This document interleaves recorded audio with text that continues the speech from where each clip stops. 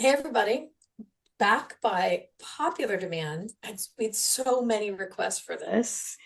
It's Cynthia Sue Larson and Liz Larson conversation. Welcome back, Cynthia. Oh, thank you, Liz. I always love our chats, and it's been quite a while. I don't even know how long it's been, but it's too long if it can't remember. It has been a really long time. It's interesting because I think about you a lot and think, oh my gosh, Cynthia would be interested in this. I wonder what she thinks about that. But life has been, it seems like it's sped up for us at Yes. least. Does it feel like that to you too? Yeah, there's so much going on, and I don't seem to have enough of me to do everything that I used to be able to do. I don't know about you, but it's the same number of tasks, it seems, or although a few more things than usual have been breaking. But aside from that, it's like it doesn't seem. I like to slow things down, and so I will do that intentionally to try to do that time slow down. But that doesn't even seem to fully command this crazy wave ride that we're on. It's really escalating and speeding up. And they say that happens as you get older for a mathematical reason, because when you're 1 year is 100% of your life. And when you're 100, 1 year is 1% of your life. So obviously time speeds up. But Oh, but even I'm not, having given but even given that, it's like it's crazy. It seems like it's going exponential, not just a yeah. regular. I've never heard that before. That does make sense about they getting older, but everybody seems to be saying that time seems to have sped up so much. It's Monday, and then before you know it, it's Friday, and you're thinking, how did I get here? How is it? Another thing, and I don't know if you've noticed this or not, but having a hard time keeping track of days. My husband keeps saying, I thought it was Wednesday all day, and maybe it's actually Friday, or Monday. Like just that. Have you had that issue too, or know anybody who has? Once in a while, but I've had that happen all my life. So Yeah. it's been like, oh my gosh, sort of embarrassing to admit, but like, what happened? It doesn't happen that often to me. It's not like a frequent occurrence, but when it happens, I think, oh, here we go. So there's obviously been some kind of a time glitch, and I just acknowledge that. Like, okay, I see you, time glitch. Very cute. But I haven't heard too much about that happening Mm. lately. But people are so busy. They used to send me their reality shift and Mandela Effects stories regularly, and Hmm. I think they do that when they see that the newsletter seems short on stories. But Oh, I think people are so busy that it's happening. Stuff's happening for sure. Really weird stuff too. Like um, I got a really interesting email from a woman. I don't know where she's from. By the way, her language and spelling it sounded like the United Kingdom, and she described having been in a car accident involving her mother had picked her up, and then they were going to pick up her daughter, her mother's granddaughter and her daughter, but on the way there. They got hit by a car, and that all so far that's all kind of ordinary stuff. It gets weird when comparing her experience of what happened with the mother's experience, because the mother of the young child, the person who was emailing me, recommended by someone on Reddit, who said, "Oh, send it to Cynthia. She might be able to sort this out for you because it's pretty weird." So what she said, it's very strange. Like she was observing the scene of the accident, like she was above it, and then shot footage with her cell phone, herself, bruises and holes in her face and everything, and the whole wreckage scene. But then okay, it gets really weird because she's watching all this and she's kind of in shock. She's yelling for passersby, please call the ambulance, because she's really messed up. But then she's talking to people and they don't see her. And then it's like she got teleported or something. She goes from that scene and then suddenly she's with her mom. They're home. Everything's fine. She doesn't have bruises and holes all over her face. She has the footage of the camera, but she can't understand what happened. And the mother said, "Well, it looked like you." The mother was driving, and she said to her, it looked like her daughter, who's writing to me, was at risk of being seriously injured. And so she was just praying basically in that moment, like, I hope my daughter's going to be okay. Because she could see they were getting hit from one side and smashed by the other side. It was just a terrifically bad accident. So from the mother's point of view, she was just praying like that her daughter's going to be okay. And then, but the daughter said, I think changed everything, Mom, I think. And then she was writing to me saying, I think I was supposed to die. Now, my take on it is not that she was supposed to die, is that in one timeline, sure, she did. But I've been through that alive again experience where I nearly died, and I know I would have died. But I came to a realization in my life that my life is not my own. It's very important to so many people that I have a right, a reason to be here, a responsibility, and there are things I need to do. And so therefore, that's what pulled me together when I felt betrayed in 2016, which led to pneumonia, which I did die in some reality. And then people wrote to me, "You died." But the version of me that's here, I'm much more courageous, and so if something weird happens, I take it much more likely to take it head on instantly, which I wouldn't have done before. So it changed me. And I was just recommending to her, it's not that you should have died. It's just that you got to witness two different timelines, and they're both completely real. And that sounds crazy unless you've really experienced it. And when you experience it, it's mind blowing. And then Yeah. you know something huge has happened here. So there was not a car accident, There was a car accident. just not as damaging In as one, she. yeah, in one, it's like she was viewing it from above, like she was out of her body. She had so many holes and damage to her face, it looked like she was dead. She thinks she died. I think that's probably true. I'm just telling her, I believe you. I believe the version of you that you experienced. I've been through that too, Wow. but the thing I would recommend is if this happens to someone, please don't see it as that you were supposed to die. Take it as an opportunity. Which version of you is living? How is this different? For me, I've got more courage and things that I wouldn't have taken head on, now I will. And that's a big difference. It's very interesting. It doesn't mean that I'm causing fights or picking fights. It just means that if I get pulled into something, I'll take a look at it and I'll say very quickly, I'll go transparent on the whole thing and say, this is what's happening, which I don't think I would have done. Most versions of me would have been like, well, let's not bring this up. Nobody needs to know about this. And now I have a different stance on it. So it's interesting how it affected me. Yeah, I think it's very interesting to be fully aware of a secondary timeline or a secondary possibility. I think Yes. I've shared with you this story before, but I'll share it again just briefly because I had that same experience in Santa Monica, but it was with my son. My son was, I'm trying to remember, 9 or 10 years old, I think 9. And we were riding bicycles in Santa Monica. And that's a very popular thing to do. But we were on a busy intersection and it was confusing about where the bike lane was. And my son was in front of me and he went ahead through an intersection and turned, and there was a car coming and turning, like they were on their way. And in my mind, I saw him hit by the car. I saw the aftermath of that all happening. That the car was moving fast enough that he likely would have died from the impact. I saw all of it happen as though it happened right now. And then in an instant, everything slowed down and the car was no longer moving. It had slammed on its brakes. It had stopped at the light, evidently.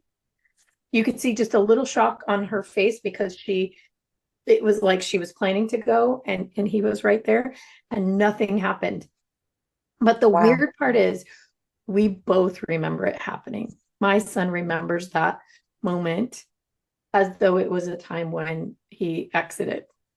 Yes. Yeah. And so from that point, like he's not really doesn't like to ride bikes on the road, Right. right? Right. Yeah, but he recalls that as though it happened. We both were and experienced a possibility that didn't occur. So, yeah. This is definitely one of the more common types of reality shifts that people do experience, but there's some kind of a taboo on talking about it publicly for some reason. I mean, obvious reasons. It's like, well, that's insane. If you were going to be dead, you'd be dead. It puts people, the people hearing the story, very uncomfortable, and I think that's why there's this. I don't even think people know they have a taboo against it, but it is the subject that comes up the most when I give talks. People will flood to line up and chat with me one-on-one, and that's when they'll reveal that this something like that happened to them too. So it's extremely um, common. I don't know if it's typical, but it does happen quite a lot.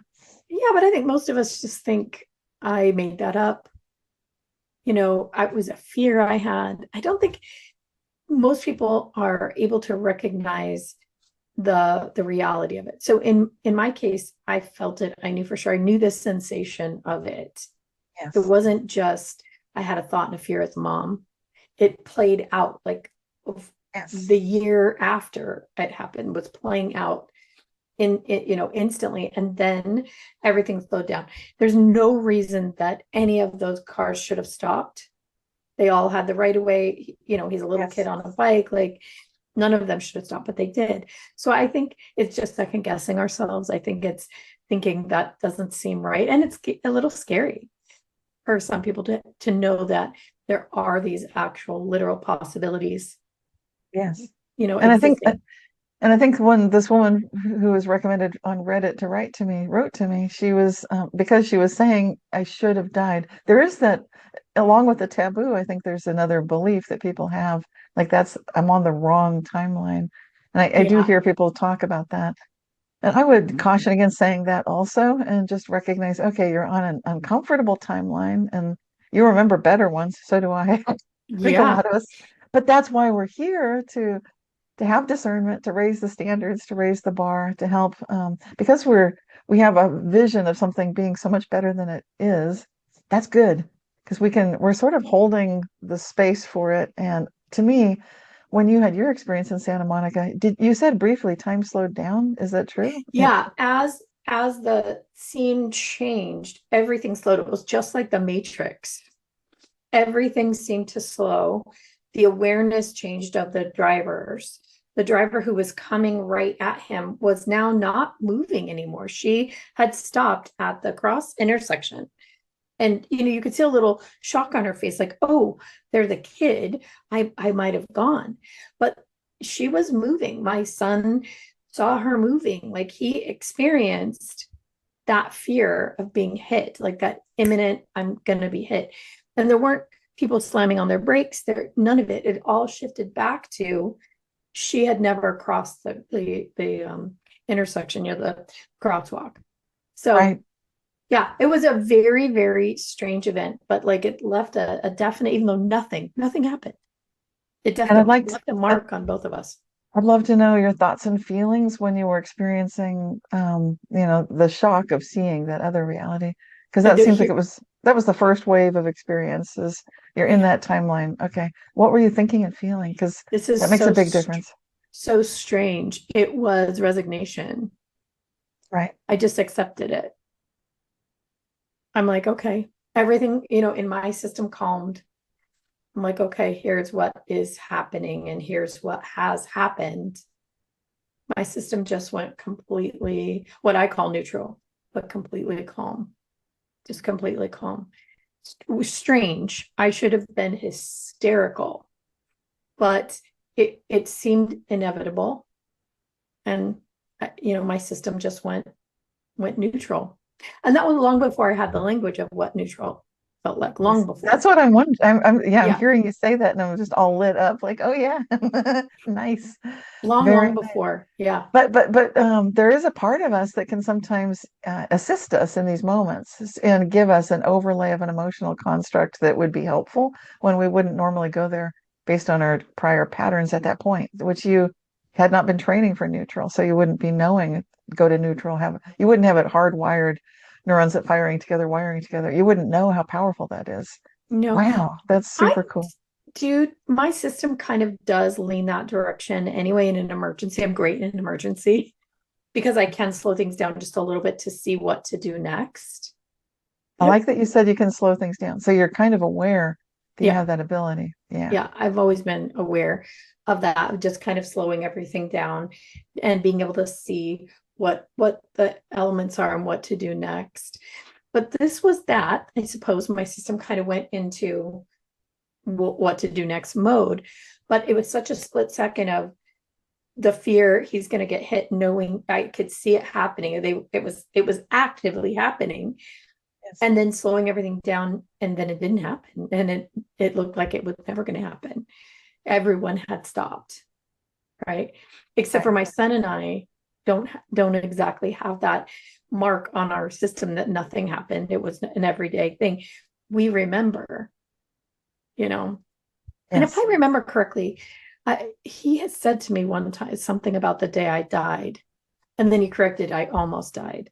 But he first said the day I died. So he had a memory of it, as well, of what the possibilities were.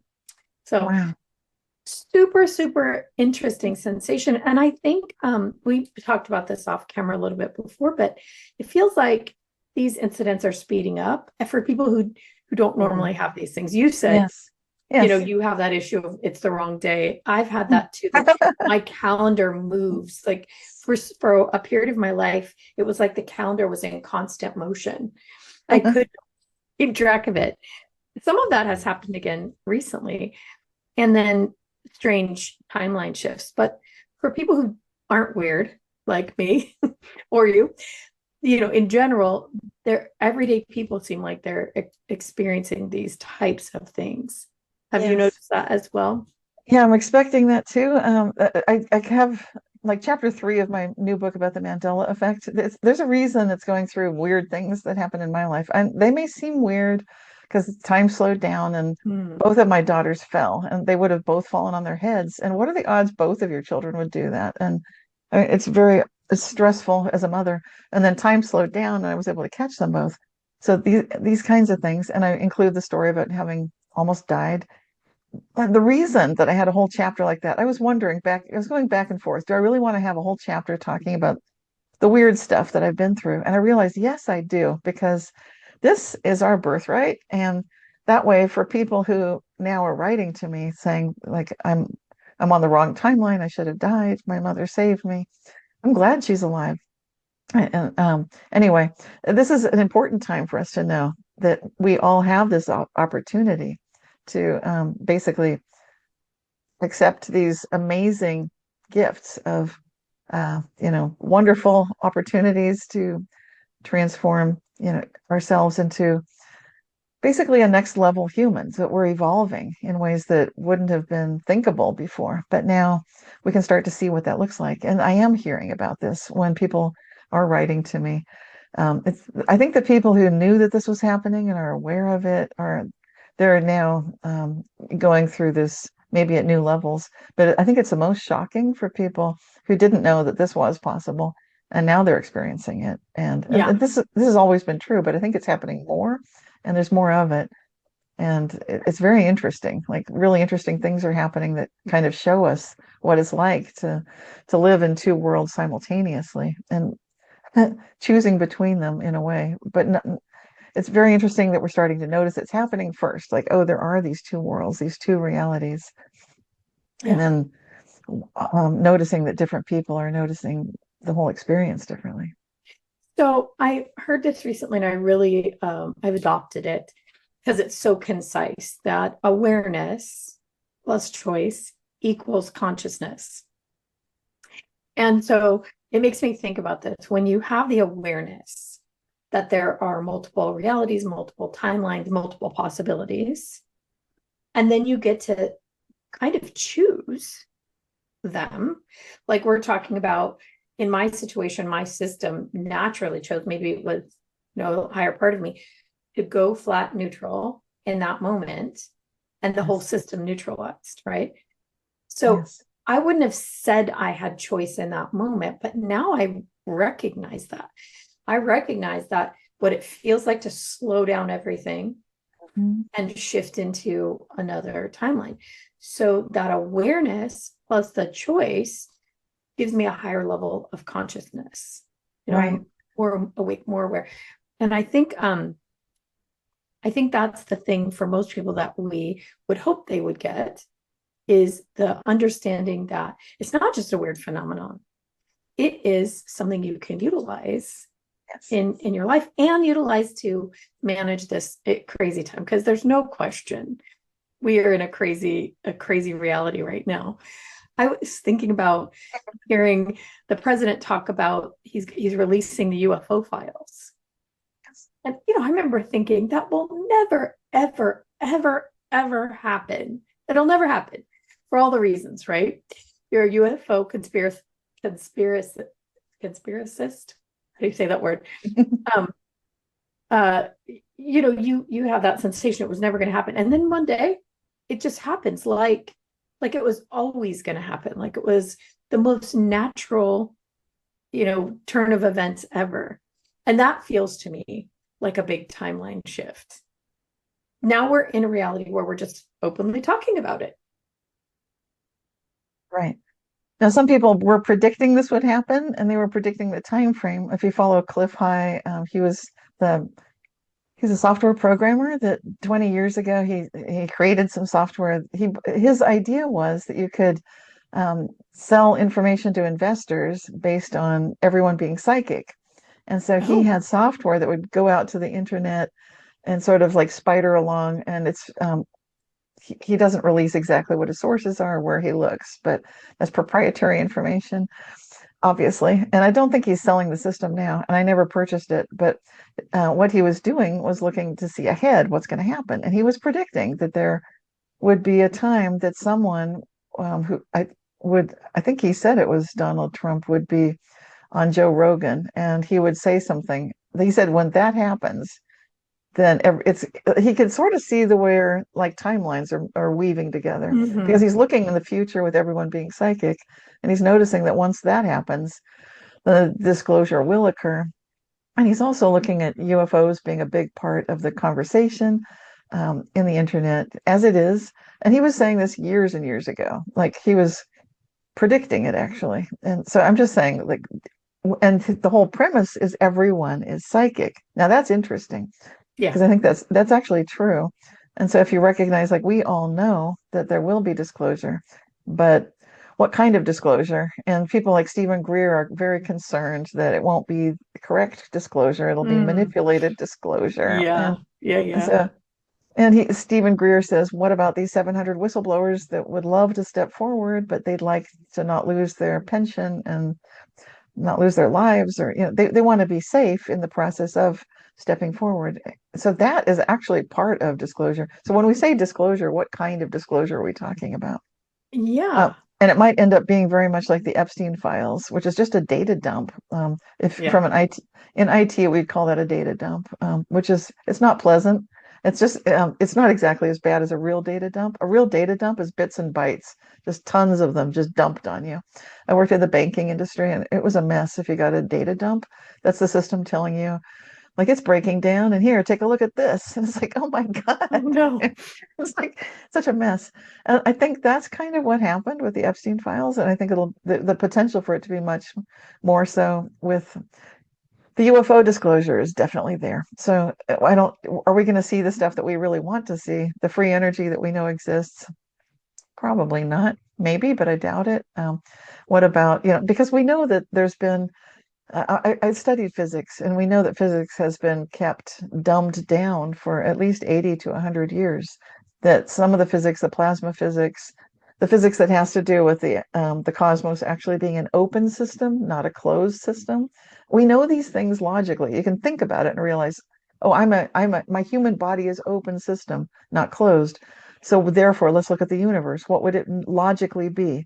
We've closed it, and so we have all these crazy formulas that kind of work for classical physics, sort of. But if you really take it to the limit, in an open universe where we live in a very special part of it, then you can actually look at things like, sub-quantum physics, which is very interesting. So will that be released? I don't think so.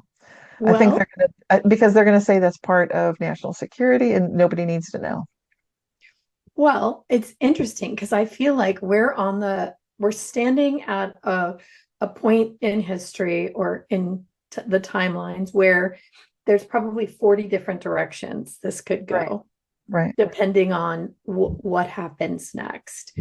So, if all of a sudden one day we woke up and there's all of these ships in the sky, I like to imagine they're these beautiful iridescent things. They're just very beautiful. That would be my favorite. But they're all there And it becomes extraordinarily obvious to all of us what they are, that they're running on systems that aren't physics, don't include, don't allow for, that there are people who've traveled a million miles from another place, you know, if they say another place in the universe. So that changes our understanding of physics. And then immediately that update would have to happen in And physics. even if that doesn't happen, that update has to happen anyway. I know it's contrary to. I'm saying the files are not released in the way that the form that we were expecting. Guess what? That doesn't matter. I'll tell you why that doesn't matter, because every time, like Charles Darwin comes forward with this theory of evolution, there's another person also hypothesizing the same thing. Now we've Yeah. seen this with the free energy and the you know uh, anti-gravity. We've seen inventors come forward with these sorts of inventions. Sometimes they're killed or Yeah. dealt with, they vanish. But what happens when that whack-a-mole game gets out of control and too many people, too many hundreds of thousands of people are creating free energy devices in their backyard because everybody knows how to do it? That's another way for just 100%. Yeah. so it's a bypass of because the controlled disclosure is what people like Stephen Greer are concerned about. They're saying like, if you're going to do a controlled disclosure, I don't think he uses that term, but he would want it to include protection for the whistleblowers in this nice Yeah. little procedure going forward. But when you and I both know these timelines exist, and we know that inspiration comes directly through, and we know that that actually can happen at a level that can challenge the powers that be just by based on what we're seeing, Yeah. that these ideas are coming forth faster and thicker. And pretty soon it can be unstoppable. And so even though the governments are trying to tamp this down and say national security, there can be a point where it becomes overridden just with consciousness itself coming forth. Well, I think it's almost like the Epstein files. All of this is being revealed, and there's things being revealed about people we would never dream that would be in there, and all of the things that in like 2020, I think that I don't know if it was a site uh, or Reddit QAnon. Do you remember that? I never knew where that was found, but they were talking about a lot of the things that happened to be in the Epstein files. And I just overheard someone saying recently, oh, I have to apologize. I guess they were right. During that time, they were crazy conspiracy theorists. These were insane ideas about all the things that were happening. And now it's kind of like, oh yeah, yeah, yeah. Yeah, of course that was happening. No big deal. Like we knew about it. It becomes very normal very quickly. And I think that's one of the possibilities that could happen with the UFO disclosure as well. It could be just a bunch of redacted crap, or if some little opening happens, it could be that, oh, yes, we've known about this forever. Oh, yes, of course we have this free energy. We've been working on it. It's coming online in about 5 minutes. Don't be mad at us. It's happening. We just didn't tell you. Could become very normal very quickly.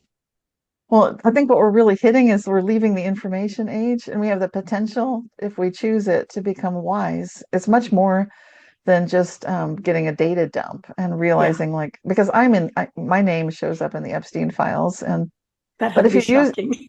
it was shocking. Someone wrote to me twice, and I'm like, what? So then I took a moment and looked into it, and I was just the recipient on an email conversation list, which was part of Foundations of Mind that I was coordinating at that time. And Deepak Chopra had taken those emails, forwarded them to Jeffrey Epstein. So it was part of the emails that actually it was a conversation between Deepak Chopra and Jeffrey Epstein. But that's how I and a Nobel Prize winning physicist and some other people all ended up in there.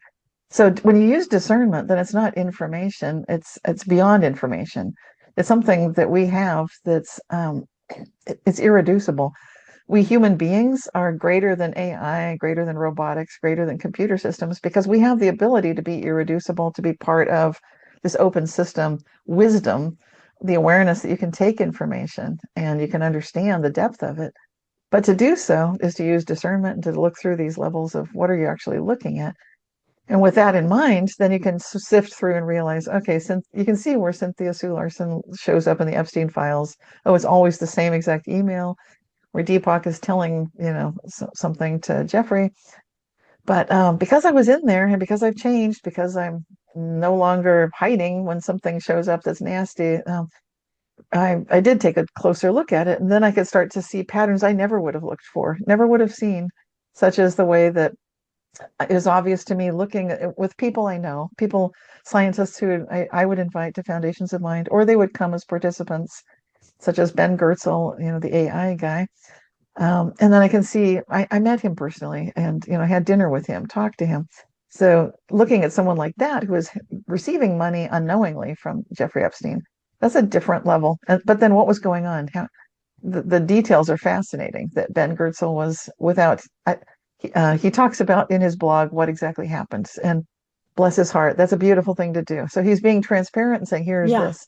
But in the transparency, he himself missed that he was acting like a gopher, like a finder, like a headhunter, just saying and delivering here, Epstein, here's Rupert Sheldrake. Here's your, he's worked on a book with me. Why don't you contact him? Like a good grief. And so this is where wisdom comes in. Fortunately, nothing bad happened with that as far as I can tell, because Rupert Sheldrake handled it beautifully and just he said, I don't need money right now. No, thank you. But I'll see where this current experiment goes and then take a look at where I am there next and follow up with whichever research I want to do. So that was fine. But I think with when you get to the UFO disclosure, it's going to have the similar level of nuance to it. Like, what does this mean, and when did it mean something, and who did it mean something to? The Right. connections matter, and it's not just information. You might think, oh, it's just information, and now you got the whole thing. You don't really. The map is never the territory, never. It's just an approximation, and it's something you can look at.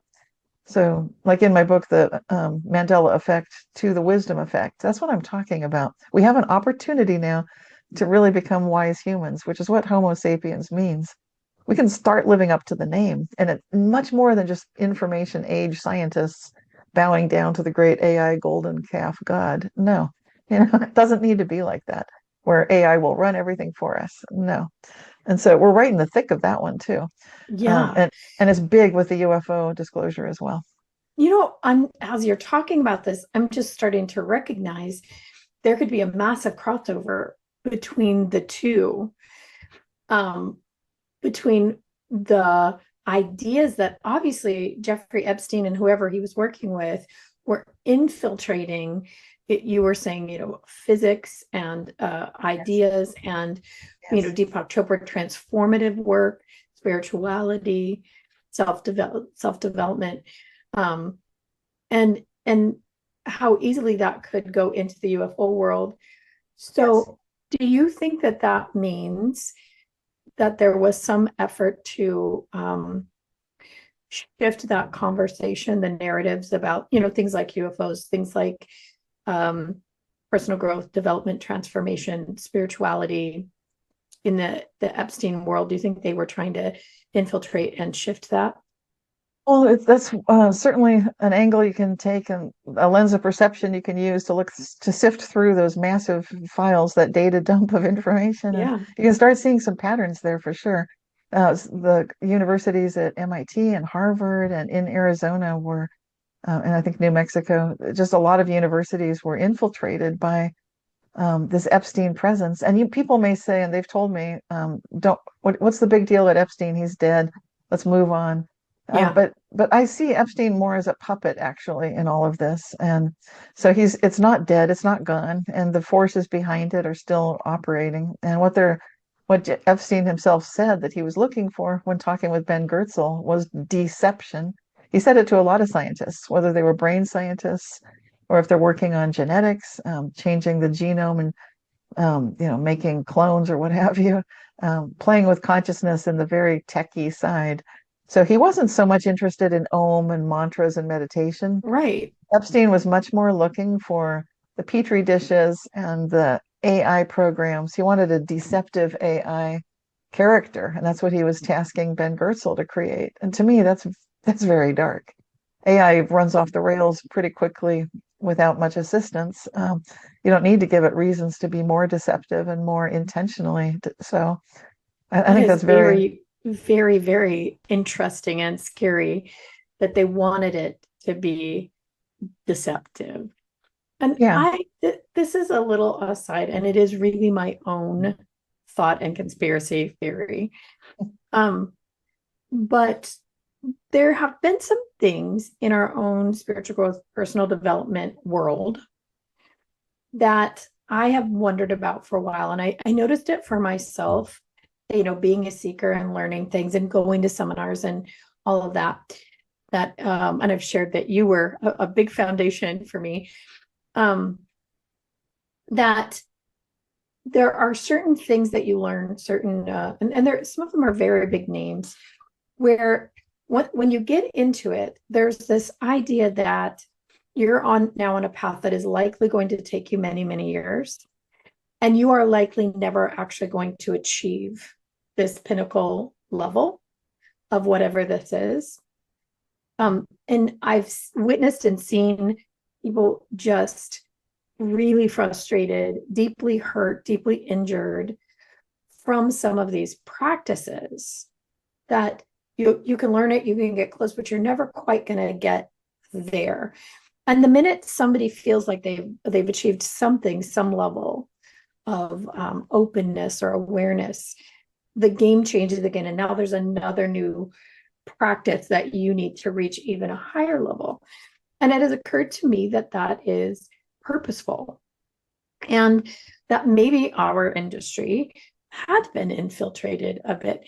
I also thought, okay, maybe it's just a sales mechanism, but there's something about that. And so when the Epstein files came out, and we learned that some of these figures in self-help, personal development, growth, and spirituality are deeply involved in it, I thought, okay, maybe that sensation that I had some truth to it, some accuracy.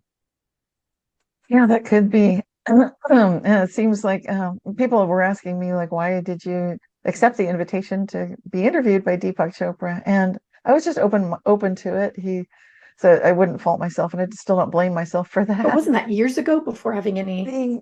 Yeah, I didn't know anything about Epstein. I didn't Yeah, know he was involved. Right, right. It was who would ever dream that that wouldn't even yeah, make it, sense? it was quite a long time ago, 2015. So but I did see that Deepak was very jaded, or he seemed very disillusioned about. I was talking about quantum jumps, my book Quantum Mm-hmm. Jumps, and the Yeah. science of miracles, and he seemed quite indifferent to that. And at the end of the Mm-hmm. interview, he said something about how some people would call this bull belief. You know, Oh no. what do I summarize it? But it showed me so much about who he is, which is revelatory. So yeah, I think we have clues, and I think we were talking before this about certain people that are bringing this to our attention in the field, naming names, and I don't plan to do that, and Yeah. I don't personally feel like a need to be looking into that for whatever reason. I know some people do, and I guess they're doing what they're called to do. But yeah, I think you're right that there is definitely something going on that we don't hear the stories that we used to hear in the thousands of years ago. A lot of the Buddhist stories or the Taoist stories would end with, and then they were all enlightened. Where are those stories now? Why are we not hearing that? And it's Yeah. exactly what you're saying. It's like, well, you haven't arrived yet. You still need to go further. And that may be true. Remember, we're an open system, so if you extrapolate how long will learning go for an open system, it's infinite. Yay.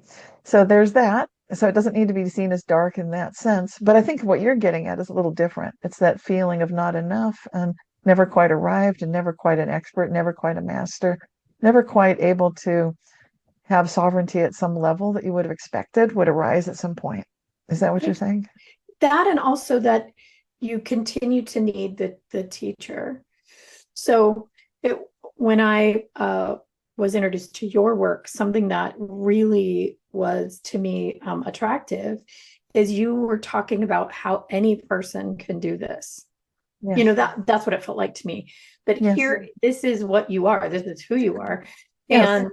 And any person, here's the ideas and some techniques. And in fact, that is one of the ways that Bill and I met each other, is that same idea. Like, here's a thing, everybody should know it, right? And so it's been foundational in how we built what we built. I want my students, anybody who comes in contact with me, to understand if you know how powerful your nervous system is and what it does, just what it does, Yes. and you learn how to use it, you can change you on any level, anything. You can gain the freedom you're looking for through yourself. Once you have this understanding and the basic tools for how to do it, you do it. It's not Right. me whoever does it. Right. And maybe, well, cognitive movement is it changes all the time, but it's maybe just something that's another a little idea, another little tool. It's just pieces of the same thing. And as anything, ideas grow.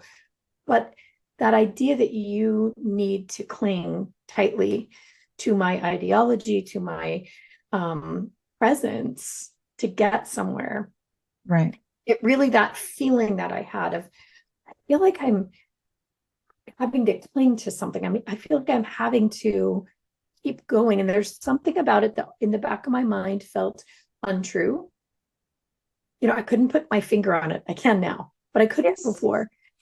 And it was very upsetting, I think, to me. And so now understanding that there may possibly be this Yes. something deceptive. Let's There make it is. purposely deceptive Yes. so that you go this direction when really what you need to do is simply go here. Exactly. You're exactly. I agree with you 100%. And I witnessed this, what I've been hearing for decades intuitively is a total control drama. And so I'm here apparently to help execute a jailbreak. It's like, Yeah, I think so. I think me too. I had a client who came and visited me from another state, and yeah, she had a serious problem that she was trying to fix. But the underlying thing was she wanted to ask questions about personal growth, development, and spirituality. She had left Mormonism, which, I left being a Jehovah's Witness, these high demand religions. And so when you come from that, you have different questions than other people might have, right? About recreating your worldview. And she was talking about, you know, being a little afraid of this spiritual awakening that was going to right, happen. right. And so we were talking about things that she already knows and things that she already does, and how her intuition is really there. And maybe she just hasn't learned to listen, Yes. trusted herself to listen. And so she's like, yeah, you're right. And I said, do you think that the day that your spirituality comes in, it's kind of like the day your boobs come in as a girl, you're like waiting for this development to happen, and voila, there it is. Like, or that there would be rainbows and unicorns that happen. And she's like, yeah, that's it. No, that's not what it is. That never happens. What happens is that you just become more of who you really are. You become more of who you've always been, but you learn to trust it, and you learn to listen. And she's like, dang it, I wanted the rainbows and unicorns. But she said, you couldn't be more right. Like she said, that just sat in my body as such truth. You already Yes. are all of these things, but sometimes you just need a little something to open your eyes to it. Yes. And I think that's at the heart of all these disclosures too, like the good side of them, like the UFO disclosure. People want the rainbows and unicorns and all that, and or the ones who are waiting for disclosure, like Christmas, like please.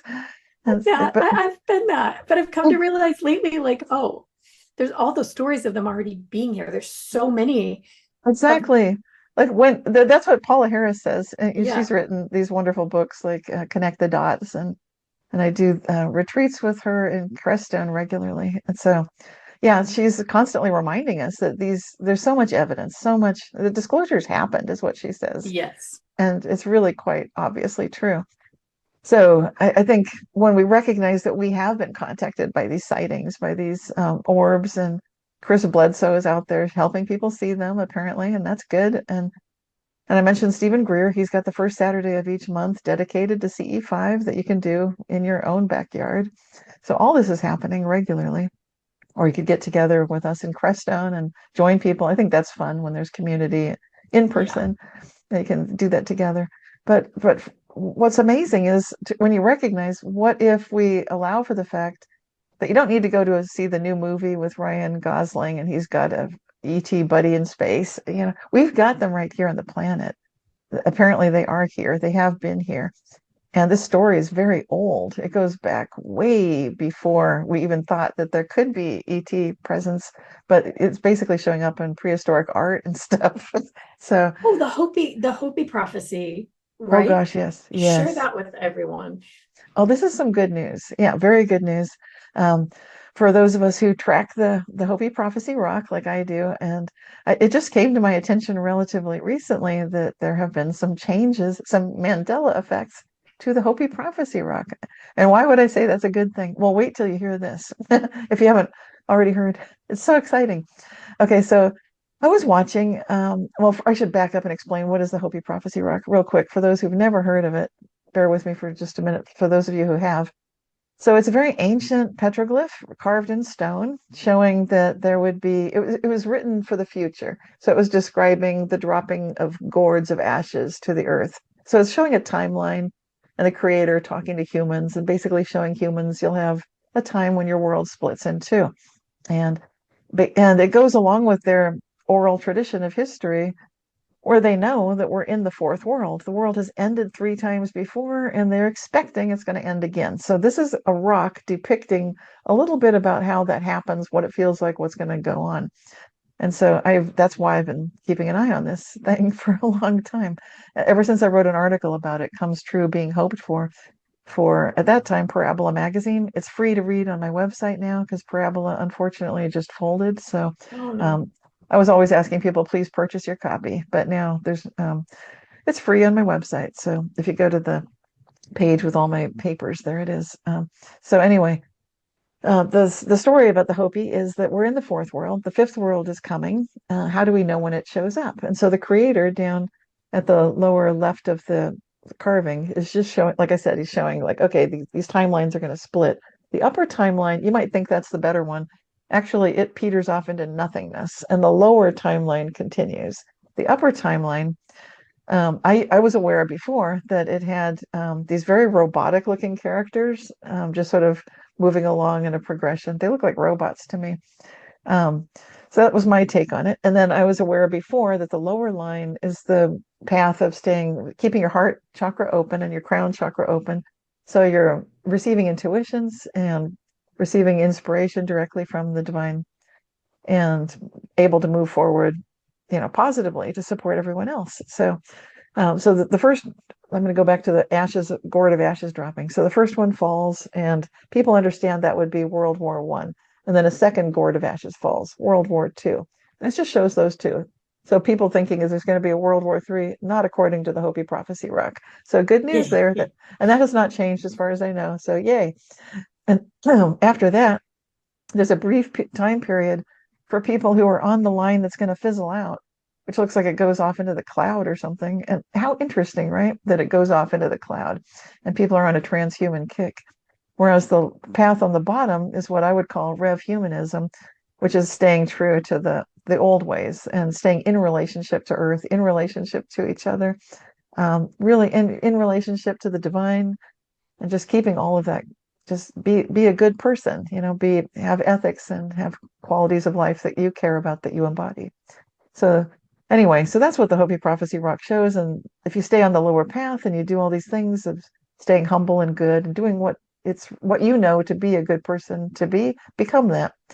That continues on.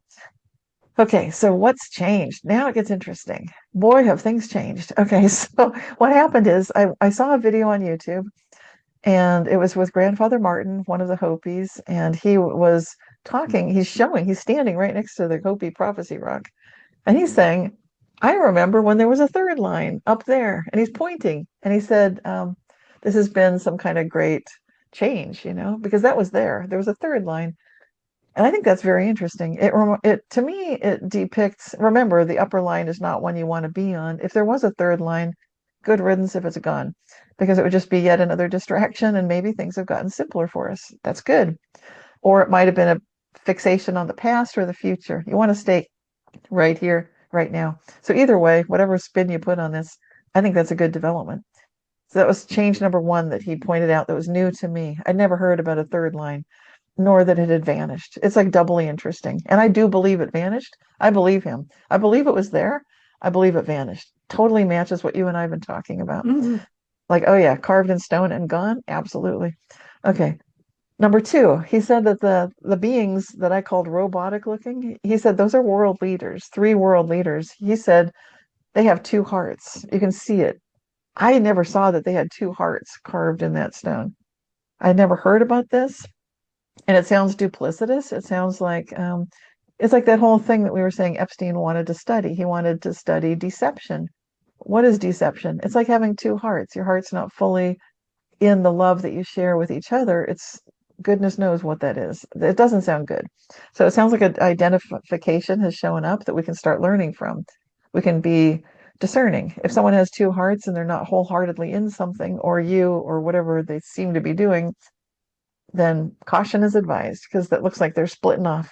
Isn't it so interesting that it's not two minds, it's two Yeah. hearts? I find Yes, that really interesting. I do too. Because we would tend to say you have Of two two minds. minds, yeah. It's so much worse though if you have two hearts. It's like that Y- is a y- problem. Yeah, yeah. It, right? A love of two differing things. It almost seems impossible. And yet Right. I feel like I know exactly what they mean. Right. Exactly. Yeah, I get a feeling for it intuitively. And I don't I could speculate I'll cover the third thing and then we can speculate. Okay. The third thing, oh, I love the third one. Guess what? There's a second prophecy rock and it covers what happens now when we go into the fifth world because we're at that point where that third line can vanish and the second prophecy rock arrives. Now, if you're Hopi, then people may say, Cynthia, that rock's always been there. Well, I've never heard anyone talk about it. And it gets better. Then Grandfather Martin points at the second Hopi prophecy rock, saying, this is the second rock. This is depicting what happens when you go into the fifth world. And he's saying this is technology to heal ourselves and to heal the planet, to heal the earth. Wow. It's like just what we would hope for. So interesting. So he's giving us discernment about the two hearts, which we can definitely go there. And then the third line, we can go there. And then what is this technology? All three things. So if you've got any ideas, things that came to mind, I love your intuition. Well, That was a brilliant one you just pointed out. Like the yeah, head the is so two different. minds. You know what made me think of it? Along the lines of the uh, UFOs and what could come with them, like the free energy and the healing and all of that. I remember listening to Jimmy Church. I liked Jimmy Church. He was kind of my introduction to a lot of the UFO people, Paula Harris and all of that. And how it just seems so far off in the distance that it would just never happen. It would never happen that you'd have President Obama and President Trump in the same week. President Obama said, "Oh, UFOs are real. They're just not at Area 51." And so then Trump answered Obama with, "Oh, I don't really believe in that." And then 2 or 3 days later, "Oh, we're releasing all the files." You know, it just seems like it just arrived. Like we would have never, um, 6, 7 years ago, we wouldn't think we'd get to this day. But now it seems like really the most natural flow of things. So That's right. it makes me wonder if what they're talking about is for us that we have all put it in our own minds, our own hearts, our own vibration, that this is the change that we want to have. And so it's just naturally evolving. And even though you've got our governments and our, Jeffrey Epstein with two hearts, like, oh, we Mhm. want the best for you, but really behind the scenes, we're doing what's the worst for you, Right. right? That we now have this ability to shift ourselves into this next phase. And about the healing, I think Yeah. so many of us, and I would wager you're one too, I'm sure we've had conversations about this, that you can actually see a time when the healing, maybe it's machinery, maybe it's electricity, maybe it's something else, that it is here and available, and we no longer have the kind of illness and aging and things that we had before. Like I know for me, that seems like obvious. Yeah. I know it's here. It just hasn't been revealed yet. So I don't Well, know. I went off on a tangent, but well, it's full circle because coming back to the Hopi prophecy rock and the second Hopi prophecy rock, that depiction is technology that cleans the earth. It heals by cleaning. It's sort of like a detoxification, yeah, is what it sounds like. And for anybody interested in functional medicine, that makes so much sense that there would be this kind of a detoxification. yeah, And some of the people, like when Paula Harris talks about the some of these non-human intelligences, these ETs that have been walking among us. Some of them have had technologies for healing that were present on their ships that sometimes have been stationed just off the coast of California. You know, it's very interesting. They go in and out of the ocean, apparently. So yeah. we've got some really interesting things to look forward to. So there's a crossover for sure between what the potential is and, where what we're learning from just looking at the long history. Paula Harris corrects us and she says it's not just disclosure, it's history. We need to reclaim that true history Yeah. that we have had so much evidence that it's some of it's quite well substantiated, so we should be accepting this as something historical. And I think you're right when you were saying, like, will people get gradually more accustomed to it, normalize it? I think so. Yeah. And when we normalize it, then it is part of our history. Yeah. Well, speaking of history and things that have happened very recently, the whole thing that has happened with the pyramids Yes. and what's beneath it that is very obvious, some kind of power source. And it's been long. Do you know what I'm talking about? The pillars Yes. and it's been long theorized that the big sarcophagi inside the pyramid were not tombs, they were healing chambers. So I think when we have this free, clean energy, or what is that called when it's constant energy? It creates its own energy and creates its own momentum. There's a Right. word. I can't think of it right now, but I it'll can't think pop of in it my either, mind. but you know what I mean? Well, So think of it. Yeah. instantly Hmm. you've cleaned up so much pollution Yes. instantly. And it seems like there's a big correlation between that kind of energy and healing our bodies at the same time. It seems to me very natural It energy, is. Yeah. very natural. I realize coal and gas are natural, they come from the planet, but they seem like force. And these other ideas seem like power, not force, Right. you know?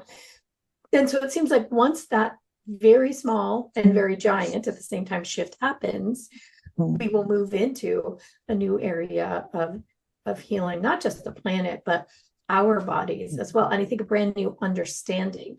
And I think Paolo's 100% right. I never heard it said that way before, but I think that's true. I think there will be this erasing and this new history will be installed that we've just always had it. It's always been Yes. here. It was, what are you thinking? That's always been there. We don't know, big deal.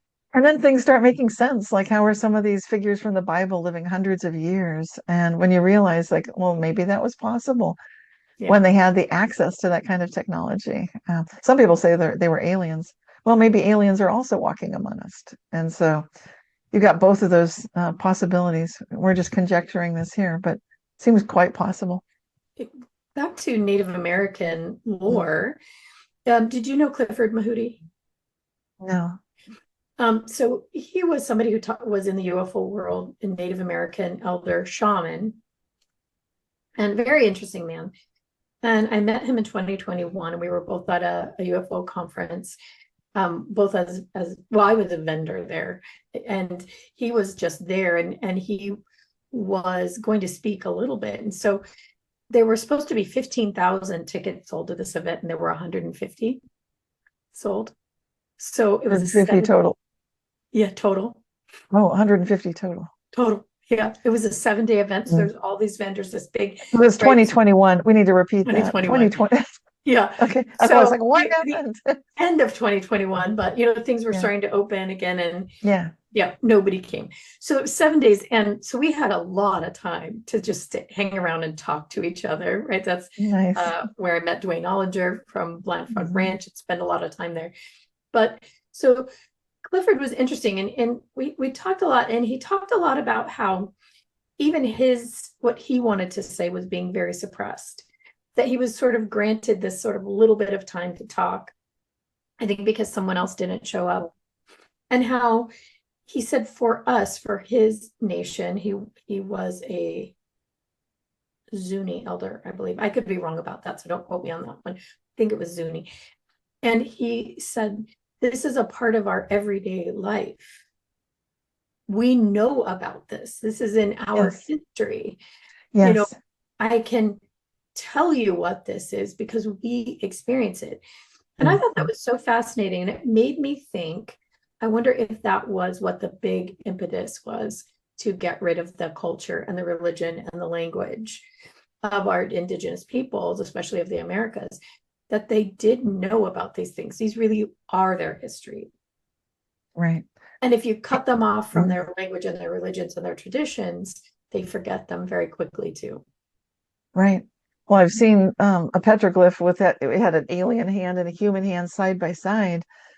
Right there in Albuquerque. I was visiting the place with MJ Zimmerman. She showed me, she said, would you like to see some petroglyphs that are really trippy? You know, it's got this alien presence right there. Of course I did. So I was meditating there and you could really feel, you can see what the message of that really is. It's so much deeper than what it seems. And those people, it was a gathering of the language of spirit. So there'd be indigenous elders from around the world. And most of them were very familiar with you. Just this star person would show up, just sort of like Yeah, teleport in, just be there, standing next, like where? And they'd point like right next to that boulder. Grandfather would just stand there and be talking to the alien who looks like a human, like, and telepathically, you talk telepathically. Because there are all these questions like, well, if they're not from Earth, how do you talk? Telepathically. Now we've got the telepathy tapes so that right. mainstream people understand, like, oh, this is real. So we're normalizing the whole thing, every single bit of it. But the indigenous people from around the world knew about this for, for centuries, and they had the oral history, the oral tradition, and the gatherings that we did for Language of Spirit were about bringing together linguists who understand language, scientists like physicists and so forth, people that study consciousness, and then the indigenous elders, and bringing those three together to have a dialogue. David Bohm was one of the instigators of this first conference, and his idea is the holographic interpretation of quantum physics, which is all about, he's all about listening to the whole. That the you can have an ocean in a drop is basically this holistic holographic principle, and that's his brilliance. And he got together with Leroy Little Bear, a Blackfoot Indian from Canada, who is just wonderful. And Leroy Little Bear was leading the dialogues. So when I joined in and was part of the dialogue, Leroy was sitting to the north. Now, the north is very significant. I still seat myself mentally, and I go back in time. This is like 2012 or whatever. They stopped doing it because you hit 2012. Like, well, it's the end of the world. We're heading into the fifth world. They knew it. So, like, here we are. But where we sit in the table shows the kind of where you are. And that wisdom of the directions, people think, oh, it's so simple, and they think they understand it. There's depth to that. There's so much depth to every single little thing. And so when people think like, oh, I got it, I do it, I know it, like, do you really? And that's what I learned from the dialogues was listening to someone when they're indigenous and they talk, they can talk for a good 40 minutes, just nonstop. And I would go get a cup of coffee or tea, use the ladies' room, come back. The same person is still talking, and that's normal. But you know what's really amazing is the depth of identification with these levels of self and the awareness of who you really are. It changes when you're listening to one person just talk and talk and talk, and maybe you can't get out of the room and leave or anything, and then it's just like suddenly you go to that neutral you're talking about. Yeah. And suddenly you are one with this person who was saying things that were horrific to me. One person was saying like, we should all rise up against the government. He was talking from the South. And this is the South speaking. I came to learn the directions. Like, the South, yes. Because they talk about the children committing suicide and all these horrible things. And I thought, oh, okay. And they used to freak me out. That's why I'd want to leave the table. Like, I can't sit here and take Oh, this. yeah. And so now I could receive it. And I think that's what we need to do right now. We're in this very divisive time.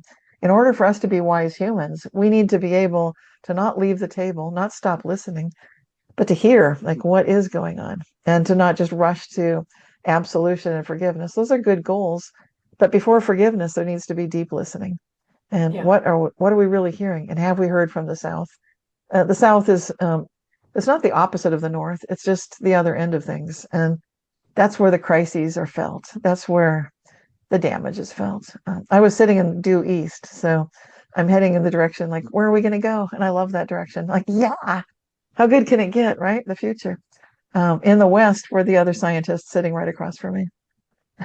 It's so interesting though, because even we were talking off camera and thinking, gosh, things are nuts right now. They're really crazy. And Yeah. yet, I know you and I both hold this in our fields, in our bodies, that we have seen something far, far better. We know it's happening. Like there's a full expectation, at least from me, that we will have Yes. these this ability to heal everything. We will remember and know how powerful these physical bodies are. And Yes. some of it is already coming to light, like the telepathy tapes are important. There's another piece to that. We in our work with a lot of autistic people, and we have a practitioner who is a speech therapist for autistic people, but not just autistic people, people with severe brain injury as well, children and young adults. And one of the things that we became acutely aware of is that the autistic child, because their nervous system is uh, not exactly wired in a way that's conducive for their own electrical systems, their own ability to move their body and have control over things, that their system will piggyback on their parents, or Yes. even sometimes the caregiver with them literally utilize the parent's nervous system. Yes. So we understood that if we change the parent's nervous system, it's a direct way into the child's nervous system, and we were able to change amazing things. So when you're explaining this to people, it seems like weird woo woo, that our fields are so merged, but it's not. Our fields, our electrical bodies, have a huge influence on each other Yes. and on Mm. everything around us, That's right. including these outcomes. So the more of us, if this is where Rupert Sheldrake comes in, the more of us have this knowing and vision of these healing abilities coming, and the free clean energy coming, Mm. the more that informs the field of that possibility. So the more that opens and comes closer and closer and closer. And I think, like with the telepathy tapes, even the disclosure that's happening with UFOs, is that those that have the ability to hold that vision strongly enough, clearly enough. Yes. Yeah. Yeah. When I was involved with Foundations of Mind conference, whose founder just recently passed away this year, Dr. Shauna Newlon, and there will be a special gathering in Wexford, Ireland this summer. So stay tuned if you're interested in that. But he was working with Walter Freeman, who is a scientist who is showing exactly what we're talking about here, that these fields beyond ourselves are shared, that there is this very strong collective. And it seemed ridiculous. It seemed like, what kind of an idea is that? But now, increasingly, we're seeing scientific evidence to support that, which is really, I think we're living in extraordinarily good times, just Yeah. wonderful times. And also to embrace this wisdom of the indigenous. And I'd want to mention Glenn Aparicio Perry, who also was involved with the Language of Spirit conferences in Albuquerque, which aren't happening now. But he writes books that with the wisdom that came from those gatherings. And one book that just came out is Original Love. So it's a trilogy. He talked about original thinking. When you think about original thinking, you think, is it original or did someone copy something? But Yeah. to the indigenous, original thinking is every thought has already come forth. That is there such a thing as an original thought? That was something Leroy Little Bear asked at one of the conferences. And yeah, it's like it was from the origin, from the beginning. It all exists. And so when you feel original love at that level, it's very powerful. So these are ideas from the ancient past of our history and also from our future that, like, I agree with what you're saying and I love it. We can envision how good can it get for all of us, and we can hold that with such a high level of intentionality and discernment that we're expecting nothing less than the best. And we do have high standards. And I know from firsthand experience that that's how a lot of these reality shifts and Mandela effects occur. Because we look at something like, is this okay? And also, what is it telling us? What are we learning? So if it like it, this directional thing, if you're hearing complaints and you feel like, hey, I'm not the complaint department, but maybe we can listen to each other, listen to our whole family and say like, okay, that's a message from the South direction. Let's hear it out. They Yeah. can't, so it doesn't need to all be one-sided, all from the East or the West or the North.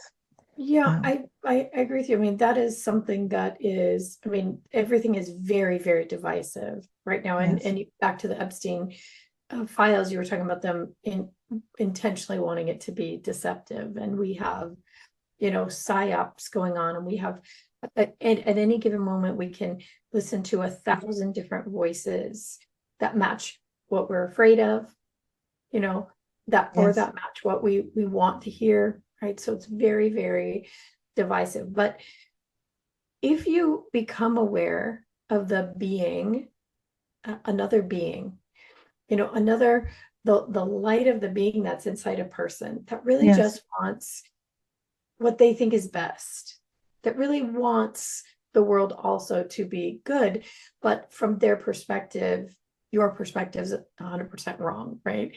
right? We want, most of us do, most of us are not divisive, are not really terrible humans. Most of us really do want what's best for ourselves and our families, right?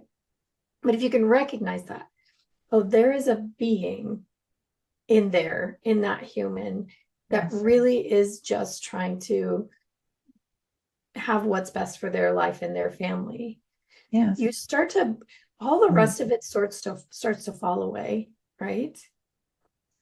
And And sometimes that can be challenging because sometimes people feel like they can't do it because and they don't know what's happening. I think that they get caught, like you said, you came out of that religion.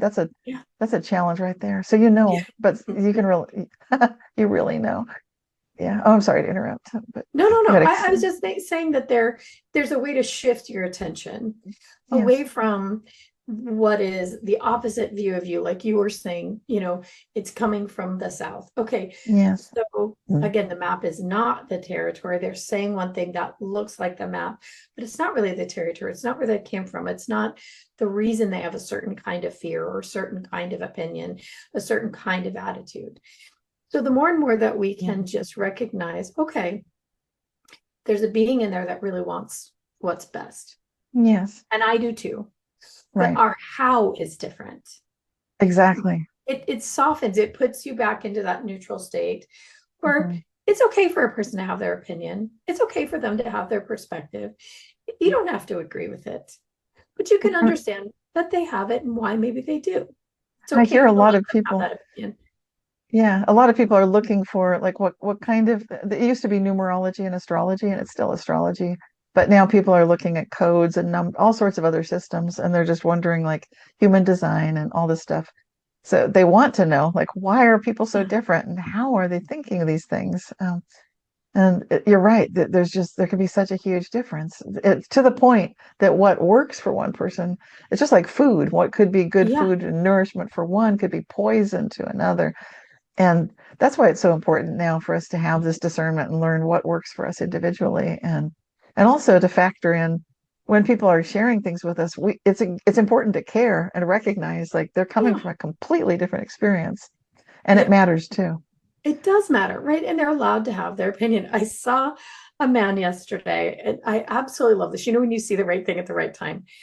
This man, he had been a Christian missionary, and he'd gone down to South America to a tribe that's very, very remote. Yes. And they have this very unique language that nobody can really figure out where it came from or any of that's one of the most difficult languages on the planet. And so he was going to go down, and he was so zealous. He wanted to teach them about the glory of the Lord, and So, but he had to learn this language first. And the language has to do with, in the sentence structure, evidence. Who said it? Did you hear them say it? Or is it secondhand? So in the sentence, John went to the store, I saw him go, you Right. know, or John went to the store and my dad saw him go. Right. Or John went to the store, I know because Sally told me. It's in the sentence structure. And so he is learning the language and then trying to teach them about this man that walked on the earth 2,000 years ago. And they were saying, well, how tall was he? Mm-hmm. And he's like, well, I don't know because I never met him. They're like, wait a minute. You never met him? But your father met him. No, no, no, no. But your grandfather met him? No, no, no. And they said, why are you telling us about this man if you didn't know him and you know nothing really about him? This is just a story then. Yes. And they weren't into fictional stories. That didn't have any relevance to them. Right. Right. Right. So I thought, oh my gosh, this is so interesting. They don't even have the language to understand this. And here he comes and he wants to give his gift to these people who have no ability to receive it. And once they get an idea of what he's trying to give, they're like, oh, we don't want that. Tell us about something that's happening right Right. now. Yeah. This reminds me of one of the first language of spirit conferences I went to. There was a speaker talking about how English was considered the language of lies because of exactly what you just said. Mm. Because most of the indigenous people, they have that requirement that you need to. It's like when we write a scientific paper, we have the sources, and if you're indigenous, then your life depends on fishing from the right creek, and measuring things correctly and knowing what's what, and not doing things all willy-nilly because I say so and Yeah. I'm selling you something. So it was not the language of marketing. They called it lies. Not, I was like, whoa, that's severe. But that I could start to see it that way for what Yeah. you're saying. Yeah. Yeah. It really makes sense. And I was thinking they, for them, what's happening right now matters because this is how we survive. He said there were people who worked just a few hours a day, as little as possible, really, where they lived a very abundant. And so they did what needed done. And the Yes. rest of the time was, hanging out with each other as family and that kind of thing and doing the things that needed to be done around the Yes. village.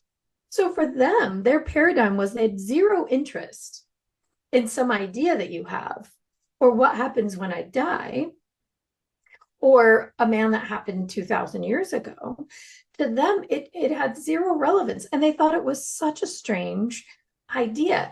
And so this makes me think about us now.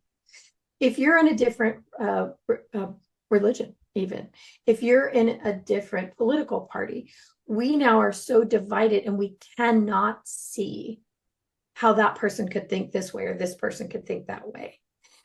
In a way, the same as these people. But if you understand, you don't have the receptor sites for that. They're just doing It the goes, thing. yeah, it goes back to the open system. You're an open system. You don't need to be closed and trapped in Yeah. anything. Our universe is also, guess what? It's not a closed system either. So we are open and we have the right to have sovereignty of self, which means, like you were saying earlier, it's the awareness plus the choice. It's really discernment. It's recognizing that we have the ability to see the two timelines. And based on choosing neutrality, which is a very educated choice, choosing, then they're all enlightened. How good can it get? Just going with that path. Then you don't need to get locked into a sense of, unfortunately, inadvertently defending something that maybe you don't even actually feel that strongly about. Like, just, it's like if you're rooting for a team like baseball or football, and some of the team members you like better than others, but you're rooting for the whole team. But maybe some of the members have done some terrible things, or Yeah. maybe even committed a crime, driven drunk, or who knows what. And so they're not perfect, and you don't expect them to be. But if you're looking at someone who's rooting for the opposite team, and you're feeling like, oh, it's us versus them, that's where you and I are both noticing, Liz, that there's a better possibility here. We can rise out of that control drama and recognize you don't need to lock yourself into being trapped even in a group that you belong to, because you don't have to agree with everything that they see. And we see that with the Mandela effect. We Yeah. see some people like I've seen the Fruit of the Loom logo change. You have too. That's a big one for you. Yeah. Yeah. And I've seen other ones that maybe you have or haven't, but that's where it gets interesting. I don't demand that you have to agree that Tinkerbell used to open every Sunday night Walt Disney World of Disney with her little wand and then the fireworks, and now it's I not can't there even anymore. believe they say that didn't happen. Like that was one of my favorite things ever. I looked Just, forward to it. That was the best part. I know, If me the rest of too. the it's like, okay, now I can walk away. I don't the show, who cares? But I saw that. Me too. I loved that piece. I just loved that piece. Mhm. It's interesting that it's one of those deception things. It makes Yep. you wonder. We all remember that it was, if you were a little girl who grew up watching that, that was one of your favorite things. And now Yeah. to say that never existed is one of those things I think it tries to erode your own mind, your own reality a bit. But then look at what the Mandela effect offers. It says like, okay, so have you guys been feeling gaslit about this? Like Mhm. people telling you like, oh, that never happened, but you know it did. Yeah. Now we stand up for what we know to be true, which might seem a little bit like the world of Babel, because we might all be saying different things, but it can be good when you anchor it with love. Don't split your heart in two. That's so interesting. The two hearts. I know. Well, here's what I think is wonderful about this and what I absolutely love. And, with cognitive movement, the work we do, we talk a lot about sensation, and that Yeah. sensation really drives what you think as well. And so for me, it becomes very, very exciting that our reality is flexible. Yeah. I love that now, love that feeling. It's like an epiphany feeling when all of a sudden something is revealed and you realize that idea has probably been there all along. Yes. Like this idea of people who couldn't even imagine a religion because it doesn't make any sense to them. Like, right? Like there's no paradigm for it. That feeling you can learn for it to be so exciting that, oh my gosh, there is a possibility I never thought of. I never dreamed of it. Right. And this Mhm. flexibility, like, well, maybe there is a whole timeline in Yeah. which that Tinkerbell thing never happened. But in mine and yours, it did. And that's something that we share. So you always say, like, how good can it get? Right. And I think along the lines of that, like, what else is possible that I get to experience that's going to be revealed next? Mhm. And also with that, there's this, people are fighting, we've got wars, there's a thousand things you could talk about that's terrible that seems to be going on. But if you have the capacity to daydream for what you'd like to see, I spend a lot of time doing that. It's one of the ways I help myself fall asleep. Like I imagine, well, what if tomorrow morning the ships have arrived in the sky? And in my fantasy, they're so beautiful and translucent. And I spent time imagining what would be the best outcome of that. That maybe we have people that maybe just look a lot like us, maybe just a little different, who say, okay, it's time. You guys are caught up enough that we can now bring you these updated things, these amazing healing things. Yes, it's really been available to you all the time. It just hadn't been revealed. You just weren't in the place in your mind yet to accept it. And yes, this energy is different. And yes, we can travel to some beautiful place in the other side of the world. It takes probably the same amount of energy to think about one or the other. They're different kinds of energy. When you're daydreaming what you would imagine you'd love to have happen on the planet, you now are opening neural pathways that allow for better, more calm, peace, love. It opens energy for you, Mhm. into your reality. When you're focused on the bad stuff, fight or flight kicks in, and your body starts to utilize energy to create fear, to create cortisol, to create hormones in the body, and utilize that energy for something that is not resourceful. So, Right. which is Mhm. better to do? If you were to ask me, spend the time daydreaming about some amazing thing that could happen. I know it may be made up, but the energy is going to be generative long Yeah. term. And, if you believe Rupert Sheldrake at all about the morphic field, you're now adding that idea into the field of possibilities. You're now contributing something that could be wonderful. So in my perspective, that is energy and time worth spending. Yeah, it feels like quantum steering. So from the heart, just you can do this with a relationship. Just instead of expecting like, oh gosh, how they're going to do this or that, and you're already projecting something on them of whoever it is, your family member, your friend, your neighbor, expecting that they're going to come at you with, oh, here they come again, But if you instead feel a heart-to-heart connection, imagine it. So it's like daydreaming it. It's like recognizing that there's a possibility that your heart can be open to them without that clenching feeling, without that tightness, without any of that. Then you can do this as an experiment. You can also think, if you want, how good can it get? Even if Yeah. that feels like a joke to you, like, yeah, right, that'll really shift. But you can see the most amazing things change. And it's extraordinary. It's similar to some exercises I have in my book, Quantum Jumps, about relationship improvement, because there's so many things you can do that can literally change your life when it's your household, especially, and you've got some issue with some family member. It's like, okay, let's try this, and it can Yeah. work wonders. It's so, so true. I've been working on a book for the last, I think I'm going into my second year now. It was supposed to be done in 6 months, but I'm in my final edit. It's called 50 Little Things. And it's ways to build your neurological bonds, or in another way, your energetic bonds. Yes, yes. And one of them is so simple that you just let your eyes light up when that human walks in the room. Yeah. We forget to do it. We are on our phone, we're doing this, we're doing that, we're too busy, or we're mad at them. If We you say, yeah, go ahead. And tone of voice too. Like sometimes we say it like we can just like Liz, and that's not yeah, good. yeah. It could be So it could be Liz with yeah, happiness. 100%. That's another one of the 50 little things. The first step Yeah. is practice it yourself. Just let your eyes light up when they Yeah. walk in the room. Stop what you're doing and look at them. And it starts these beautiful hormones going, but it extends out to them. They will feel that wave that comes off you rather Yes. than the wave of like you're, just pushing back. So we practice this in our household. My son, he's going to be 24 this year. And when he walks in the house, I stop what I'm doing and I look up and I say, oh, look, there's our handsome prince, right?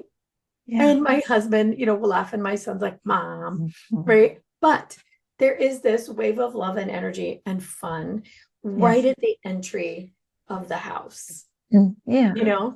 and we all practice it, and it really changes not just a little thing, it changes everything, because it changes the opening of the heart, it changes the energy, it changes the field of your house, and it changes the calibrated loop of your relationship. So Absolutely. if you were doing something similar with, people that have a different opinion than you, like I said, Yes. let your eyes light up, let yourself see there's Yeah. a human in there with all kinds of things that probably happened to them. You just love the being, not what's coming out of their Mhm. mouth, not none of that, just the being. It's funny, if you play the game with it, it softens and changes that conversation. It does. At first they're like, what is happening here? Yeah. Right? But you Yeah, hear their exactly. conversation shift very, very quickly. Eye gazing is super powerful, and just any kind of eye contact like that. Some people are more sound motivated, so I'm Mhm. mentioning the tone of voice can help too, because Yeah, we often don't even notice what we're doing. Like when we we use do. the tone of voice when we're talking to that person, if you hear a recording of it, it can be shocking, jarring, like, uh-oh. You're so, so right. I think it's just the attention to the change. And when I say let your eyes light up, really mean let your heart light up. But there's Yeah. a feeling that goes with letting your eyes light up. And the same thing with making your tone of voice, exactly like you're saying, Yes. light up. I always do something a little silly, and that's just my game with my family, because it reminds me to do that. Like, I'm not going to go, oh, there's my handsome prince. Like, that wouldn't make sense. But if I'm saying, oh, there's our handsome, there's our beautiful son, there is a change in the way that that feels, the way that sounds, and the way it's received. And so I Yeah. think we can think about this in a greater focus with our greater world. I think we can create little changes, little Mandela effects, little timeline shifts, but simply if we know how to change that physiological experience of being in each other's presence. Yes, and it's good to have that same love and brightness for ourselves too, yeah, which is kind of weird sounding, but if you're on the phone or introducing yourself, just have that same brightness, that same love when you're introducing yourself, which sounds so weird because who does that? But if you do that, it's magic. It is magic. It was like that client I was talking about earlier that I was like saying she was wanting this spiritual awakening to happen that really has already happened. She just hasn't appreciated it in herself yet. And I was saying it's who you really are. It's the revealing who you really are. And when you And can right, appreciate who that is, yeah, because I think most it of us should. we don't know how magical we truly are. And that's Right. what, so your conversation with me today is so wonderful because I hope we're reminding people how magical we all really are. And we're amazing. It's like we enter the room and it lights up, literally. I Mm-hmm, include the mm-hmm. science in my book, Or Advantage. I've got a section describing the energy. We physically emit electrons. Yeah. And you can feel if someone's depressed, then there's a lot less light. And some people actually do suck the light out of a room. So that happens also. But ideally, like what you're suggesting, light your eyes up and be the light because you literally are doing that with your energy field. It's real, it's measurable, and it's extraordinary. We are magic. It's true. And if you do, I think the work that we do, at least my hope is that it helps people reveal just who they really are, their natural Yes. talents, their natural beauty, their natural grace. This remembering that they're not all the crap that happened to them in their lives. They came to the planet with something to do and some gifts to share. And I That's the think main, yeah. yeah, Oh, go or ahead. most people are waiting for someone to anoint them Yeah. enlightened, to anoint them psychic, to anoint them whatever. And my hope is that they just reveal and remember that they already are that. And that really is the most confident, brightest person in the room, the person who knows who they really are and is willing to let everybody enjoy that and see that as well. So I Yeah. think this is humanity's um, remembering who they really are, what these physical bodies are really capable of, and what the inner beings are really capable of. So So, back some to of the it, Hopi rock. some of it's been it's been kind of held down and suppressed. But I could Yeah. feel in December. Sometimes I go through some weird things, and I went through a weird thing in December through January, December 2025 through. I kept asking my guys, when will this end? Because this is, Yeah. oh my gosh. So I think it was a little after mid-January, but and then I was asking, what is this? And it was really an upgrade for the human oversoul and I could feel it. I was there sort of, I think, just to sort of maintain high standards for dimensional levels 12 and 13. So because we were upgrading how high we can reach, we're up to 13. Wow. Um, and I guess we can hold our sense of self-identity there. So if for anyone that means anything to, there you go. And I'm sorry, you can disregard that if that makes no sense. I understand that sounds pretty trippy. But I kept asking, what's going on? And I also received the information I'll need to forget maybe about one third of what I think I know. And that would apply to the physics that needs to be upgraded, like big time. So I'm reading the work of Paul Laviolette, subquantum kinetics. I'm looking into like what's beneath the quantum level. And that's why I keep talking today about this universe being open. I mean, we know it is. So why Yeah. act as if it isn't? And so it's been artificially repressive, even for some of our um, basic theories of physics that are quite, what we consider them fundamental. They kind of work because we're in a special case area, but the truth is things are much, much more magical, much more wonderful. I think so And there, too. we can do way more than some of us even remember. And that's going I to be okay. That's going to be okay too. It's going to be okay if you do more than you even remember because we're on path. I mean, it's perfect. We're doing great for entering into the fifth world, and it's going to be amazing. So, if you feel like I can't remember that stuff, don't worry about it. You will soon be experiencing how good it can get with all these new gifts and skills. I think that's really, really happening. Um, to a lot of us, there is this forgetting of things, forgetting a lot of things. I think maybe forgetting is not the right word. There's an unlearning, but there's also that some of these pieces just are unattainable. You can't reach them anymore. They're not available anymore. Maybe that's pieces of the Mandela effect too. But It I sounds think like it. many people are afraid to unlearn. They're afraid to forget what they knew. They're afraid that you would, need to let go of a third of what you know. Right. Yeah. But if you can switch that into being really excited about it, Yeah. yeah, I'm so excited when that happens. I think Even so in too. our own work, Yes. when something opens, the minute we realized that we could influence a parent's nervous system and directly in real Yes. time, in the moment, access Oh, yes. and change something, relieve something for a person with autism or brain injury, Yes. I was like, I mean, the celebration that went on, and it didn't worry me at all that a minute before that did not seem to be accurate or real. That would seem like a fantasy. Right. But the minute it was in the reality, and we're like, oh, that is so obvious. Yes. Now it's the platform, it's a new basis for something else. And I'm waiting for the minute when that changes again. Yeah. And this But will seem rudimentary or insignificant because the next new information is so much juicier. So I think if we can get excited about it, I think that will help more people get in line, Cynthia, with your how good can it get? yeah. Because when it feels like it's so bad Mm. in the moment, there's everything negative happening. It's hard to get there. Yeah. But if you can understand that and just get in the mind frame that what happens next could be just fantastic and expect that to happen, life becomes something I think very different. Indeed. Yeah, it really does. And I'm excited too about lots of things. The get Yeah. together, and we'll be doing a gathering with Paula Harris in May, and that's super exciting. I'm looking forward to that. And I'm looking forward to seeing your book when it comes out. That sounds wonderful and amazing. Yeah, it'll be soon. It's very simple. It's literally 50 of the tiniest things that you never thought of Nice. that make a difference in how you physically respond, your neurological bond to those that you love. And it's not just your love relationship, it's your children and your friends.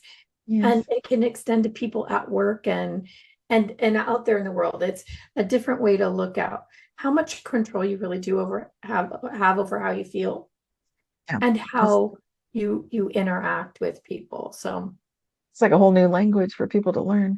it And is. I think that's where we are right now with this age of disclosure, recognizing that we are telepathic. So there's some instant karma stuff happening. And that's interesting. And people can literally see through and observe the reality and truth of people's hearts. And that's really cool. So there's just so much more awareness. And you're right, as we keep growing, then when you and I are doing mentoring or coaching or working with people, then it's like a whole new level all the time. I'm seeing that too. And it Yeah. makes it fun to do that kind of work. Well, it's exciting because telepathy used to seem like, and to me, I thought it was this mind to mind meld, and there was so complicated in some ways of what it was. And in our work now, we understand that literally your nervous system is extended out at least six Yeah. to 8 feet. For some of us, it's much Yeah. farther. And all the information that you have inside is all also here. People are running into it, interacting with it. There are now machines that can see it. You know, there was an astronaut. Bill always tells a story, and I never remember the name of the astronaut. I will though, who talked about many years ago, many years ago, 60s and 70s, that there was a machine that could read every thought you ever had in the field around your body. And if that's true, if you think about it, you walk up to somebody, you could feel what's going Mhm. on, even if they don't say it, right? It If that's true, then telepathy becomes so much easier. We just need to learn how to interpret that information. Some of us call it intuition, some of us call it telepathy, some of us call it many, many things, being psychic. But really, if we know that this is just naturally who and what we are, and we're sending and receiving those signals all the time, we just have to remember how to speak that language. And I think as that's happening, as it's becoming more and more normal, like with the telepathy tapes, I think more and more of us will just remember. And one day it'll be the most natural thing, the easiest thing. Yeah, we're remembering that indigenous wisdom, Yeah. simultaneously moving forward into an expanded version of what it is to be human that we've never yet been before. And I think that the combination is what interests and excites me. And that's where I was writing the last chapters of my book, The Mandela Effect, because I was looking at where are we going with this? How is Yeah. this expanding? How do you put together this very ancient remembering plus the newness of some expanded abilities that actually we haven't played with that much before, at least not on this planet. But some of us are not, we don't feel like we're from this planet originally. And Right. that's it. That's There is interesting that. too. There's Yeah, that. That's a whole other conversation. I think in absolutely. my work, I run into in my people who see me personally. It's not a whole wide range of people because I'm, running the business of cognitive movement, but people who see me personally, I think more and more are not originally from here. Right, Maybe haven't been here many times. Maybe this is their first time around. And more than that, people who have come specifically to be of service during this right. time, during this transition That's that seems right. to be so obviously occurring. So they're amazing humans. Sometimes they suffer a lot because they need help remembering. But once they do, you're like, what? Well, the author PMH Atwater, she writes about near-death experiences, and her new book, I don't want to do a spoiler, too much of a spoiler, but there's a little bit of a spoiler when her new book comes out, I think soon, like next month or soon, very soon.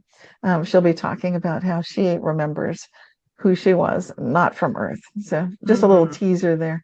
But I think that takes courage because she said she intentionally never mentioned this before. She didn't want to muddy the waters. Near-death experience was enough. But now she's saying, well, obviously, I think people can take it because, like you said, so many people are open to it. And they are recognizing that before they were in a human vessel, a human body, that they were bigger. I remember being much bigger than fits in this body. So it always felt cramped in this human vessel to me. You probably that is feel, such a common experience. People feel like they're in a straitjacket, just yeah, can't. They don't know how to interface. The world just seems so strange. I have one client that I started working with about 2 months ago, and their system was so um, they just felt like everything was too much. There's too much noise. There's too much. They could feel everybody's feelings. They could hear people's thoughts, yeah, and they were in a very unresourceful state, medicated and all of that. Once they understood, wait a minute, actually, maybe you don't quite fit in that physical body. Maybe you haven't had this experience many times and learned how to integrate themselves into that. It learned how to integrate. You were talking about 12, 13th density energy. If you can introduce that to yourself, if you can help them integrate and work together, you can feel much more comfortable on the mhm, planet. You came for a reason. You're, obviously supposed to be here. It yeah. doesn't have to be so painful. And so for them, it just felt like salve, you know, why didn't somebody tell me this before? Well, maybe it wasn't time yet, but Yeah, I think this is going to be a message that some of the parents and teachers can convey for, for because it wasn't really a big thing. I was born in the 60s and my family would watch Cowboys and Indians movies. It was supposed to be, hey, well, let's have a fun movie on the weekend. And I'd just be a puddle of tears on the floor crying, like, oh my gosh, this is horrible. This is not a good movie. yeah, right, right. So, and I realize I don't fit in. Like I'm from some other planet, Yeah, even if we're all from different planets. I came from some place completely different. And there is a lot of logic to saying that we don't really come from this planet originally. It doesn't make sense. And then if you've read Greg Braden's book, he's talking about how our DNA was obviously tinkered with 200,000 years ago. And you can see exactly where it got spliced and what happened. And yeah, that's okay, like, wait a minute, what? Gene editing 200,000 years ago? It looks like yeah, it, yeah. And yeah. that's more weird stuff, but It's so true. It's true. I bother my husband with all kinds of ideas like this, but I've always said to him, we don't belong here because every other thing on the planet is adapted to the environment. We have to wear clothes, we sunburn, we have to grow Right, food. We can't just eat what's around most of the time. right, Other animals, they're born here, they live here, they live outside. The food is adapted to them perfectly. We right. have so many things. We're allergic to so many things. You don't see Exactly. deer being allergic to things, Not like right? we They are. just you Yeah, don't. They just, fish are not allergic to their own environment. We certainly are. right. So I agree. Like we really logically, if you think about it, don't necessarily belong. You know? We're here for a good reason, and there's a level of awareness that I think this conversation is hopefully activating. I love talking with you, and Yeah, me too. It's so much fun. It's so much fun. However, we've I, been talking for a long time, and I I think know, I probably should let you go. We'll have to pick it up again another time. right? But I would love for everybody, if you have not seen Cynthia before, Cynthia Sue Larson, look up her wealth of knowledge in the books that she already has. The most recent one, again, give everybody the name of that one. The Mandela Effect and its society awakening from me to we. Yeah. And yeah, and it's in audiobook, paperback, hardcover, and ebook. So it's several formats. Yeah, it's an amazing book. There's a wealth of information in there. For me, when I look at it, like each chapter could be a standalone book. It's an amazing thing. And I think it will help people understand that the Mandela effect seemed like this weird thing, it's a weird idea and thing and kind of fun, but there's so much more to it. And it's indicative of everything else that's happening on the Yes, planet. And you can find Cynthia at realityshifters.com. that's Yeah. right.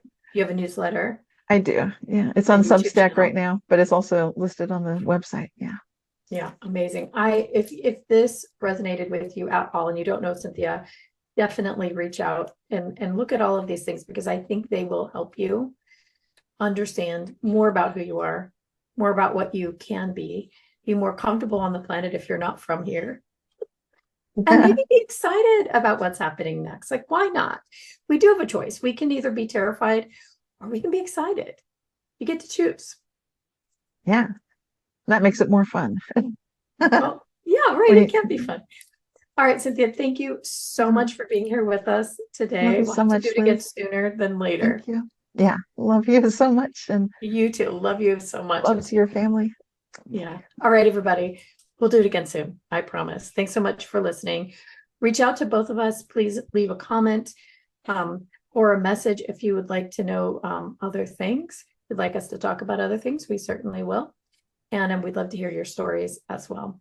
And Cynthia, it's on Substack. People can send you messages, right, as well, and information. Yes, yes. Yeah. Awesome. All right, everybody. Thanks so much. And we will see you next time.